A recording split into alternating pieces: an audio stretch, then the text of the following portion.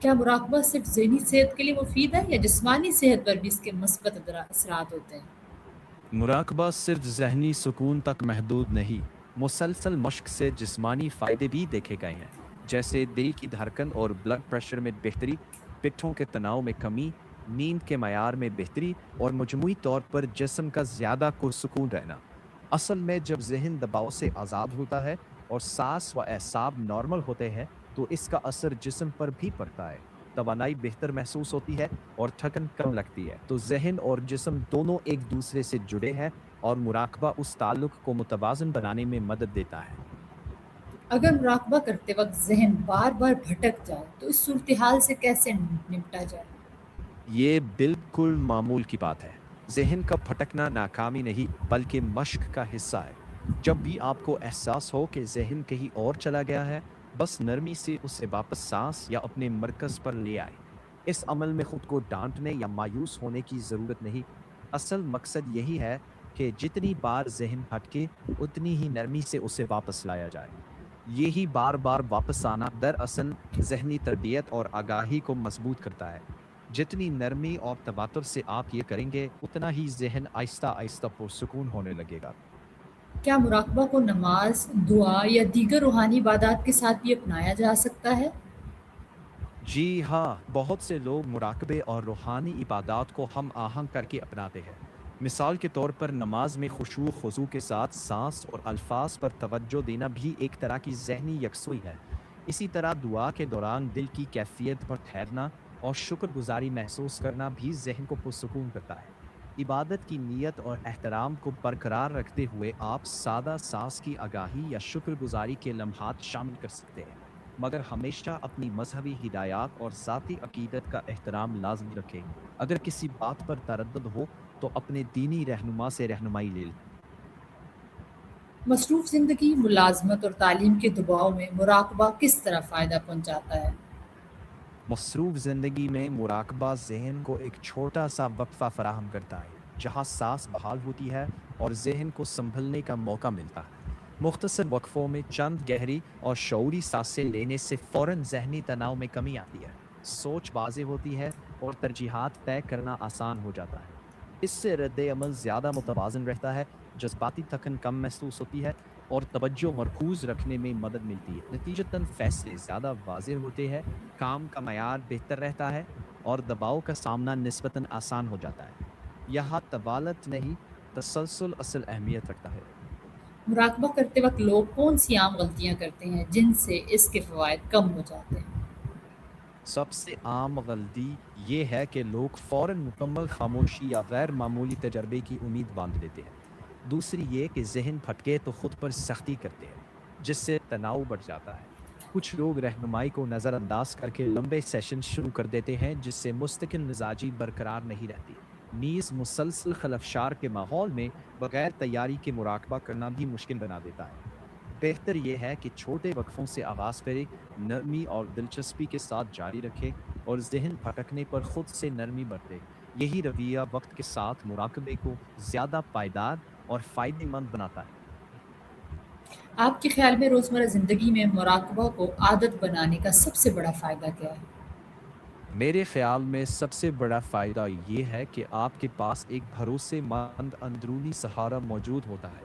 چاہے دن کتنا ہی مصروف یا دباؤ بھرا کیوں نہ ہو، آپ چند لمحوں میں سانس اور آگاہی کی طرف لوٹ سکتے ہیں، خود کو سنبھال سکتے ہیں اور زیادہ ٹھہراؤ کے ساتھ اگلا قدم اٹھا سکتے ہیں۔ اس سے جذباتی توازن مضبوط رہتا ہے، کلیئرٹی بہتر ہوتی ہے اور روزمرہ کی چیلنجز کا سامنا زیادہ آسان ہو جاتا ہے۔ آخر میں ہمارے ناظرین کے لیے آپ کیا پیغام دینا چاہیں گے؟ میرا پیغام سادہ سا ہے، خود کے ساتھ نرمی برتے، چھوٹے قابل عمل قدم اٹھائے اور تسلسل کو ترجیح دے۔ مراقبہ کوئی مقابلہ نہیں بلکہ اپنے ساتھ تعلق بہتر بنانے کا عمل ہے۔ روزانہ چند منٹ بھی آپ کے دن کا رنگ نرم اور روشن بنا سکتے ہیں۔ خود کو وقت دے، صبر رکھیں اور اپنی رفتار کا احترام کریں۔ آپ جس جگہ ہے وہیں سے آغاز کافی ہے۔ چیٹ جی پی ٹی آپ کا بہت بہت شکریہ کہ آپ نے ہمارے سوالات کے نہایت معلوماتی اور مفید جوابات دیے۔ امید ہے کہ ہمارے ناظرین کو اس گفتگو سے یہ سمجھنے میں مدد ملی ہوگی کہ مراقبہ کس طرح ذہنی دباؤ اور بے چینی کو کم کرنے، ذہنی سکون بڑھانے اور ایک متوازن زندگی گزارنے میں اہم کردار ادا کرتا ہے۔ میں ہوں سعدیہ اے آئی والی، اگلی ویڈیو میں ایک نئے اور دلچسپ موضوع کے ساتھ پھر حاضر ہوں گی۔ تب تک اپنا بہت خیال رکھیے، اللہ حافظ۔ آپ کا بھی بہت شکریہ سعدیہ، آپ نے اہم سوالات نہایت خوبصورتی سے پیش کیے۔ تمام ناظرین کا بھی دل سے شکریہ۔ اپنی ذہنی صحت کا خیال رکھے اور انشاءاللہ پھر ملاقات ہوگی۔ اللہ حافظ۔